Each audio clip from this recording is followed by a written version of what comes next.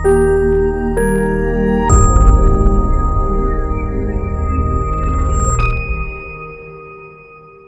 అండి, నేను మీ doctor Pujitha Reddy, consultant haematologist and BMT physician at Kaizen Oncology Network, Care Hospitals, Hyderabad. So ఈరోజు మనము అక్యూట్ లింఫోబ్లాస్టిక్ లుకీమియా అంటే ఏంటి, అసలు ఈ పేషెంట్స్లో సిమ్టమ్స్ ఏముంటాయి అండ్ వీటిని ఎలా గుర్తించాలి, ట్రీట్మెంట్ ఏముంటుంది అండ్ వీటిలో ఉన్న కొత్త అడ్వాన్సెస్ ఏంటి అనేది తెలుసుకుందాము. అక్రాస్ ద వరల్డ్ అండి, ప్రపంచవ్యాప్తంగా పిల్లల్లో మోస్ట్ కామన్ క్యాన్సర్ ఏంటి అంటే ఇదే అక్యూట్ లింఫోబ్లాస్టిక్ లుకీమియా అనేది అంత కామన్ పిల్లల్లో.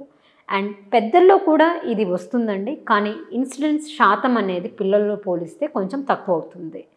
సో ఈ అక్యూట్ లింఫోబ్లాస్టిక్ లుకీమియాలో పేరులోనే మీరు చూడొచ్చు, అక్యూట్ అంటే చాలా తొందరగా ప్రజెంట్ అవుతారు ఈ డిసీజ్ ఉన్న వాళ్ళు. ఇది ఎందుకు అవుతుంది అంటే ఈ డిసీజ్ అనేది ఫాస్ట్గా గ్రో అయ్యే క్యాన్సర్ సెల్స్ వల్ల రావడం వల్ల పేషెంట్స్కి సిమ్టమ్స్ చాలా తొందరగా ప్రజెంట్ అవ్వడం జరుగుతుంది.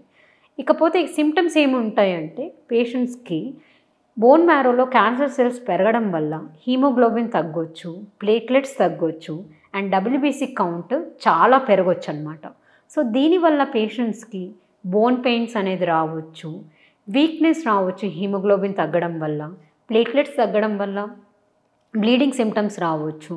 అండ్ ఈ క్యాన్సర్ సెల్స్ అనేది లింఫ్ గ్లాండ్స్లో డిపాజిట్ అవ్వడం వల్ల, లేకపోతే లివర్ని స్ప్లీన్ని ఇన్వాల్వ్ చేయడం వల్ల ఈ స్వెల్లింగ్ లాగా కూడా మనం చూస్తూ ఉంటాము. ఇది కాకుండా కూడా ఈ క్యాన్సర్లో స్పెసిఫిక్గా కొన్నిసార్లు ఈ క్యాన్సర్ సెల్స్ అనేది బ్రెయిన్ని కూడా ఇన్వాల్వ్ చేయొచ్చు అండ్ మన టెస్టిస్ని కూడా ఇన్వాల్వ్ చేయొచ్చు అనమాట.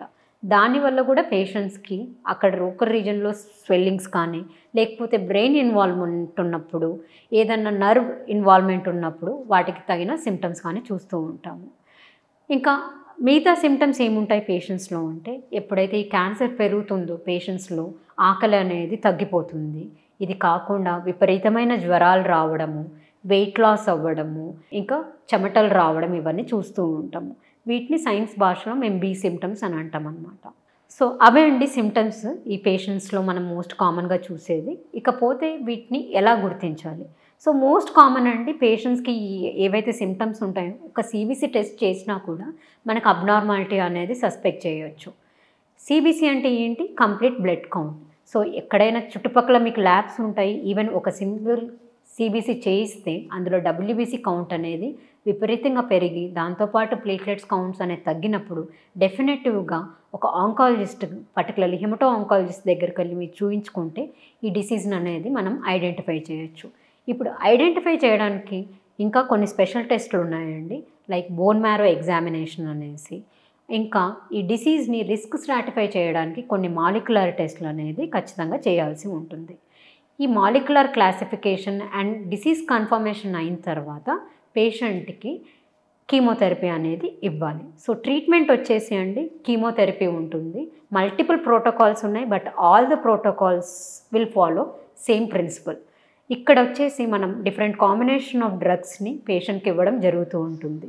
ఆ డ్రగ్స్ని ఇస్తూ పేషెంట్ని రెగ్యులర్గా మానిటర్ చేస్తూ పేషెంట్స్కి most of the patients, like పిల్లల్లో అయితే ఆల్మోస్ట్ 90% ఆఫ్ ద పేషెంట్స్కి ఈ డిసీజ్తో క్యూర్ అనేది సాధ్యమండి.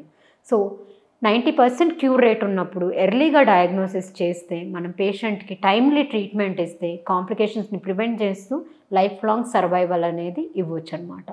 ఇకపోతే ఈ డిసీజ్కి సంబంధించి ఎటువంటి అడ్వాన్సెస్ ఉన్నాయనేది తెలుసుకుందాము. సో ఇందాక అనుకున్నాం కదా, ఆల్మోస్ట్ 90 to 95% పేషెంట్స్కి క్యూర్ రేట్ అనేది ఉందనేసి.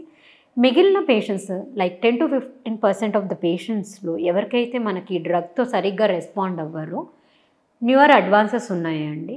వీళ్ళకి సాల్వేజ్ కీమోథెరపీస్ ఇచ్చి దాని తర్వాత బోన్ మ్యారో ట్రాన్స్ప్లాంట్ అనేది చేస్తే we can still achieve cure rates in these patients. ఇవి కాకుండా ఇక లేటెస్ట్ అడ్వాన్స్మెంట్స్ ఏంటి అంటే కార్టీ థెరపీస్, ఇమ్యునోథెరపీస్ ఉన్నాయి. ఈ కార్టీ ఇమ్యునోథెరపీస్ ఎవరైతే ఈ పేషెంట్స్కి కంప్లీట్ డిసీజ్ అనేది సాల్వేజ్ థెరపీస్తో కూడా రెస్పాండ్ అవ్వని వాళ్ళకి ఇది last resort and even good results ఉన్నాయండి వీటితో. సో అక్యూట్ లింఫోబ్లాస్టిక్ లుకీమియా అని పేరు వినగానే ఏదే అధైర్యపడి అరే ట్రీట్మెంట్ లేదు అని అనుకోవద్దు. ఖచ్చితంగా మనం టైమ్లీ డయాగ్నోసిస్తో వీటిని ట్రీట్ చేసుకోవచ్చు అండ్ మంచి రెస్పాన్స్ రేట్స్ కూడా ఉన్నాయి కాబట్టి కాంప్లికేషన్స్ని ప్రివెంట్ చేసుకుంటూ టైమ్లీ మనం ఫీవర్స్ని వీటిని యాంటీబయాటిక్స్తో ట్రీట్ చేసుకుంటూ we can cure this disease. Thank you.